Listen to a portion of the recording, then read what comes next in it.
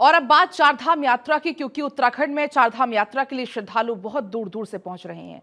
श्रद्धालुओं की संख्या ने एक बड़ा रिकॉर्ड बना दिया है, लेकिन इससे व्यवस्था पर काफी असर पड़ रहा है। इसके बाद सीएम धामी एक्शन में आए, आज वर्चुअल मीटिंग की और इसमें तमाम निर्देश दिए। चारों धाम में तीर्थयात्रियों की ज्यादा संख्या को देखते हुए प्रशासन ने सख्ती भी अब शुरू कर दी है। बिना रजिस्ट्रेशन के आए यात्रियों को वापस लौटाया जा रहा है और जो ऑनलाइन पंजीकरण है वो भी 31 मई तक उन पर रोक लगा दी है। रिपोर्ट आप देखिए।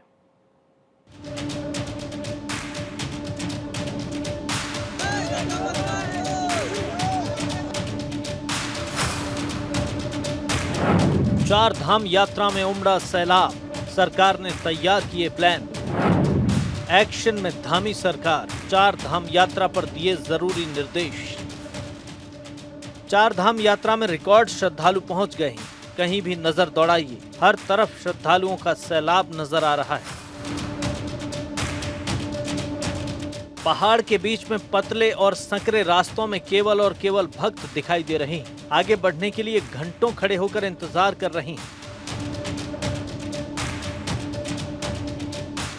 ऐसी तस्वीर आने के बाद उत्तराखंड सरकार एक्शन में आई और मुख्यमंत्री पुष्कर सिंह धामी आला अधिकारियों के साथ लगातार मीटिंग कर रहे हैं।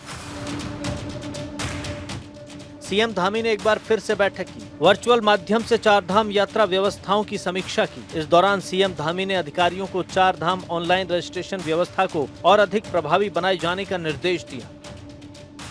चार धाम यात्रा पूरी तरह से सामान्य हो गई है।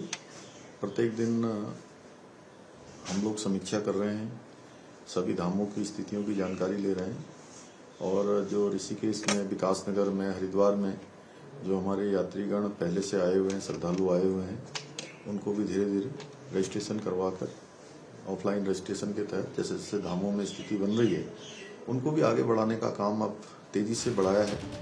चार धाम में बढ़ती भीड़ के बीच जायजा लेने के लिए उत्तराखंड के सीएम पुष्कर सिंह धामी यमुनोत्री के रास्ते बड़कोट पहुंचे। उन्होंने दोबाटा में यात्री रजिस्ट्रेशन, जांच केंद्र और होल्डिंग पॉइंट की व्यवस्था देखी। दूसरे श्रद्धालुओं को असुविधा का सामना न करना पड़े, इसके लिए प्रशासन ने एडवाइजरी जारी की।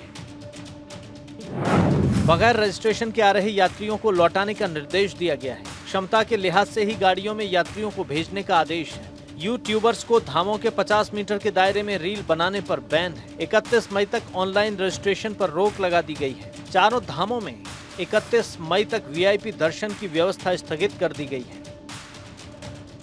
चार धाम यात्रा काफी टफ मानी जाती है, क्योंकि श्रद्धालुओं को संकरे रास्तों पर सफर करना पड़ता है। यमुनोत्री धाम तक का सफर 6 किलोमीटर पैदल चलने के बाद पूरा होता है। यात्री धाम तक पहुंचने के लिए पैदल चलने के अलावा पालकी, कंडी, घोड़ा का इस्तेमाल करते हैं। 5 से 6 किलोमीटर का ये रास्ता बेहद ही संकरा है।